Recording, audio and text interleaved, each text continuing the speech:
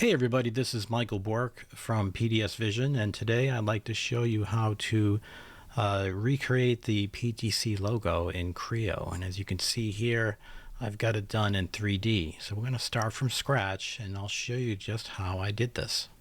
So the first thing I'm going to do is I'm going to go and create a new part. I'm just going to call this logo. And I'll go ahead and turn on these datum planes.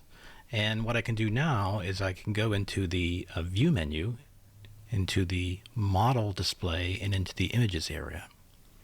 I click import, and then I can choose a plane that I want to draw this or put this image on. I have already got a number of images to choose from, so I'll just pick the one here that I've got already, which is the PTC logo.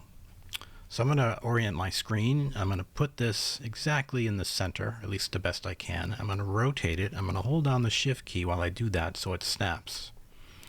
Now I'm going to zoom in, and I'm going to sort of just get this to be exactly where I want.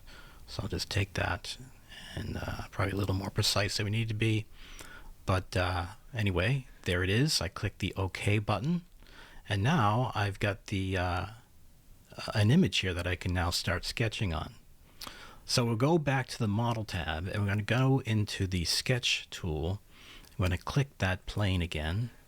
We're going to allow this assumption to choose the side sketch, the side datum plane, and I'm going to click here sketch view so it orients. And I'm going to start drawing using the line tool. Actually, the first thing I'm going to do is I'm going to go into the palette tool, and I'm going to save myself a bunch of time by going into the polygon section, choosing the six-sided figure, and dragging it right there. Oops. Take the six-sided figure right there, and the first thing I'm going to do is I'm going to rotate it 30 degrees, and I can do that exactly and precisely by typing in 30 here. Then what I'm going to do is I'm going to move it over here until it's just so, and I'm going to scale it until it's about the size of the logo, which is about right there. Okay? I click the OK button, and now I've got that already sketched.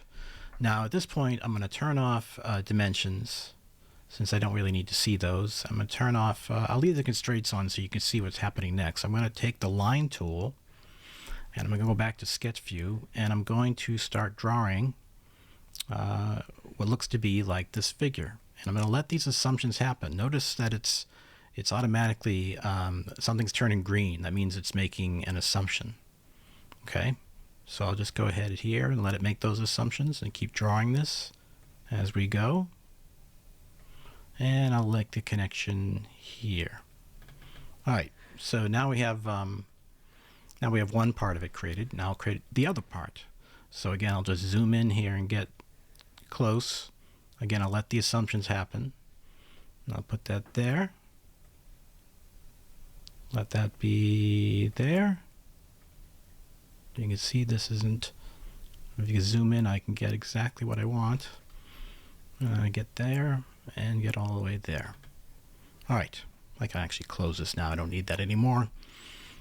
Now I will click the OK button, and I've now drawn that. And what I could do immediately is click extrude, and I could click that plane, and I could, I could do project, and I could use this project tool to get everything that I want. But I'm going to show you a different technique. I'm going to show you that I can actually use something down here called sketch regions. And what that lets me do, it lets me select areas, and I'm going to hold on the control key so I can get both of these areas. And now what I can do is I can hit the extrude tool, and I've got the logo for me to work with there, and I can just make it like that. And now I've got the PTC logo, and it's actually, if you didn't know already, the P stands for physical and the D stands for digital. So it's a digital to physical transformation that we've done here. So that's it. That's the video tutorial. I hope you enjoyed it. Hope you learned something new, and I'll see you next time.